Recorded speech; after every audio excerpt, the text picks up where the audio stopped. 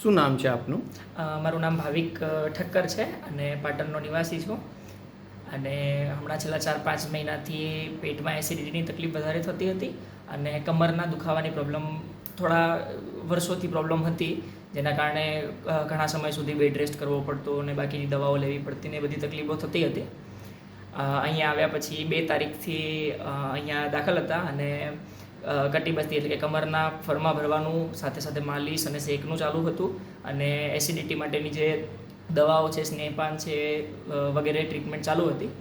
આજે 21-22 દિવસ પછી એસિડિટીમાં ઘણી રાહત થઈ ગઈ છે. એસિડિટીની કોઈ તકલીફ છે નહીં પેટમાં અને કમરના દુખાવામાં પણ ઘણી રાહત થઈ ચૂકી છે શેક અને માલિશના કારણે પણ.